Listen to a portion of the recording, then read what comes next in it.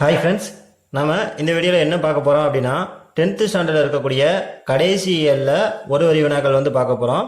இதோட 10th ஸ்டாண்டர்டில் இருக்கக்கூடிய ஒரு வரி வினாக்கள் முடியுது. நம்ம அதுக்கடுத்து என்ன பார்ப்போம் அப்படின்னா, நம்ம இன்ட்ரோ வீடியோவில் சொன்ன மாதிரி செய்யுள் வரிகள் இடம்பெற்ற நூல்கள் அப்படின்ற டாபிக்கு, அதே மாதிரி விருது பெற்றவர்கள் விருது பெற்ற நூல்கள் அப்படின்ற மற்ற டாபிக்கெல்லாம் இனிமே அடுத்தடுத்த வீடியோ அப்லோட் ஆகும். சரிங்களா?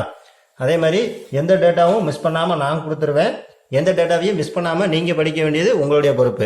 ஓகேங்களா? நீங்க நம்ம சேனலுக்கு புதியவரா இருந்தீங்கன்னா நம்மளோட சேனலை சப்ஸ்கிரைப் பண்ணிக்கோங்க. கூடவே அந்த பெல் ஐகானையும் கிளிக் பண்ணிக்கோங்க. அப்பனா தான் நம்ம போடக்கூடிய வீடியோஸ் எல்லாமே உங்களுக்கு உடனே நோட்டிஃபை ஆகும்.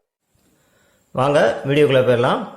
இந்த இயலை பொறுத்தளவுக்கு பார்த்தீங்கன்னா, ஜெயகாந்தன் அவர்கள் நிறைய நூல்கள் எழுதியிருக்காங்க. அதே சமயத்தில் நிறைய விருதுகளும் வாங்கியிருக்காங்க. இந்த மாதிரி விஷயங்கள் நம்ம அடுத்தடுத்து தனித்தனி டாபிக்ல பார்க்க போறோம். இந்த வீடியோல நம்ம என்ன பார்க்க போறோம்னா, இந்த இயல்ல இருக்கக்கூடிய ஒரு வரி வினாக்கள் மட்டும் பார்க்க போறோம். சரிங்களா? ஃபர்ஸ்ட், கருத்தாளமும் வாசக சுவையும் கலந்து இலக்கியம் படைத்தவங்க யாரு அப்படின்னு பார்த்தீங்கன்னா ஜெயகாந்தன் அவர்கள்.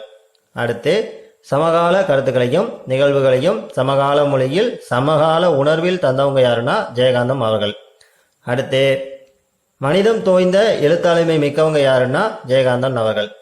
அடுத்து, ஜெயகாந்தன் அவர்களுடைய எழுத்து என்ன மாதிரி இருக்கும் அப்படின்னு பார்த்தீங்கன்னா, சமூக அமைப்பின் முரண்பாடுகளை எழுத்திலே அப்பட்டமாக காட்டுபவையா இருக்கும். அதே சமயத்துல இவற்றினால நேர்முக எதிர்முக விளைவுகளையும் இவங்க சந்திச்சிருக்காங்க.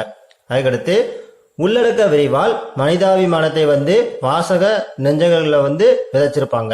அதே சமயத்துல தன்னை அறிதல் அப்படின்றதுலயும் தன்னை உணர்த்துதல் அப்படின்றதுலயும் ஜெயகாந்தன் அவர்கள் முனைப்பா இருந்திருக்காங்க. அதுக்கடுத்து, ஜெயகாந்தன் அவர்கள் பத்தின சில குறிப்புகள் பார்க்க போறோம். இவங்க என்ன படிச்சிருக்காங்க அப்படின்னு பாத்தீங்கன்னா, பள்ளி கல்வி அளவு தான் படிச்சிருக்காங்க. ஆனா தமிழ் இலக்கிய உலகில மிகப்பெரிய ஆளுமையா இருந்திருக்காங்க. அடுத்து, எல்லா தரப்பு மொழிகளையும் ஆண்ட வல்லமை பெற்றவர் யாருன்னு பார்த்தீங்கன்னா ஜெயகாந்தன் அவர்கள். அதுக்கப்புறமா, எழுத்தாளர் ஒருவருடைய படைப்பு நோக்கத்தையும் அதே சமயத்துல படைப்பு பாங்கையும் வாழ்க்கை சிக்கல்கள் குறித்த கண்ணோட்டத்தையும் உணர்த்தக்கூடியது எது அப்படின்னு பார்த்தீங்கன்னா முன்னுரை. அடுத்து, தன்னுடைய படைப்புகளுக்கு தானே முன்னுரைகள் எழுதி கொள்பவர் யாருன்னு பார்த்தீங்கன்னா ஜெயகாந்தன் அவர்கள். அடுத்து, பின்னர் வரவிருக்கும் கேள்விகளுக்கு தம் பதில்களாக முன்னுரையை ஆக்கி விடுபவர் யாருன்னு பார்த்தீங்கன்னா ஜெயகாந்தன் அவர்கள். அதுக்கடுத்து ஒரு கூற்று பார்க்க போறோம்.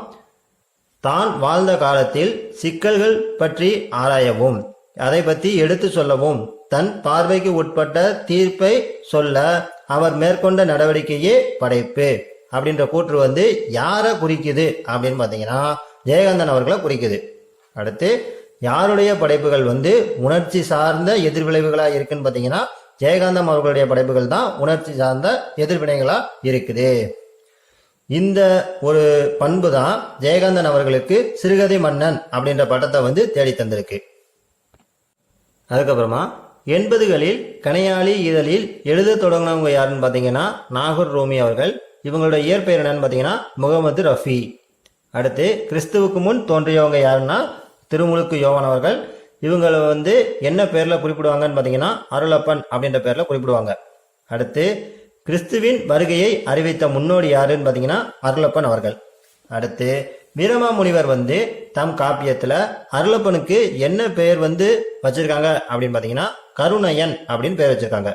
அதுக்கப்புறமா, கருணையன் அவர்களுடைய தாயார் யாருன்னு பார்த்தீங்கன்னா எலிசபெத். அடுத்து, திருச்சியை ஆண்ட மன்னர் யாருன்னா சந்தா சாஹிப்.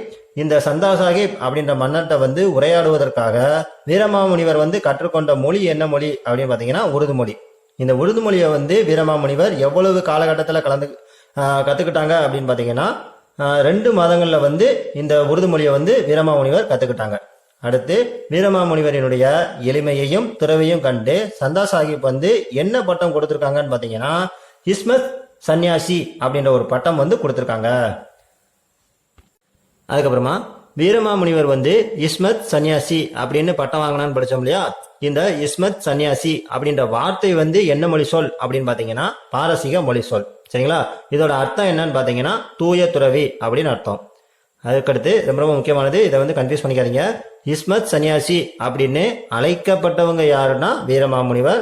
அதே சமயத்துல இஸ்மத் சன்னியாசி அப்படின்னு வீரமாமுனிவரை அழைத்தவங்க யாருன்னு பார்த்தீங்கன்னா சந்தா சாஹிப். சரிங்களா? இவங்க திருச்சி மன்னர். அடுத்து, தேன்பா கூட்டல் அணி அப்படின்றதுக்கான பொருள் என்னன்னு பார்த்தீங்கன்னா வாராத மாலை. அதே இது தேன் கூட்டல் பா கூட்டல் அணி அப்படின்றதுக்கான பொருள் என்னன்னு பார்த்தீங்கன்னா தேன் போன்ற இனிய பாடல்களின் தொகுப்பு. அடுத்து தமிழின் முதல் அகராதி எதுன்னு பார்த்தீங்கன்னா சதுர அகராதி. இந்த அகராதியை ஏற்றினவங்க யாருன்னு பார்த்தீங்கன்னா வீரமாமுனிவர். இந்த ஒன்னோடு வந்து ரொம்ப ரொம்ப முக்கியமானது. அதுக்கடுத்து ஒருவன் இருக்கிறான் அப்படின்ற கதை வந்து எந்த தொகுப்புல இருக்குன்னு பார்த்தீங்கன்னா கு அழகிரிசாமி சிறுகதைகள் அப்படின்ற தொகுப்புல இருக்கு. அடுத்து மென்மையான நகைச்சுவையும் சோக இலையும் ததும்ப கதைகள் படைப்பதில் வல்லவங்க யாருன்னு பார்த்தீங்கன்னா கு அழகிரிசாமி அவர்கள். இவங்களை பொறுத்தளவுக்கு ஒரு முக்கியமான விஷயம் என்னன்னா இவங்க வந்து அரசு பணியை உதறிவிட்டு முழுமையாக எழுத்து பணியை மேற்கொண்டவர். சரிங்களா?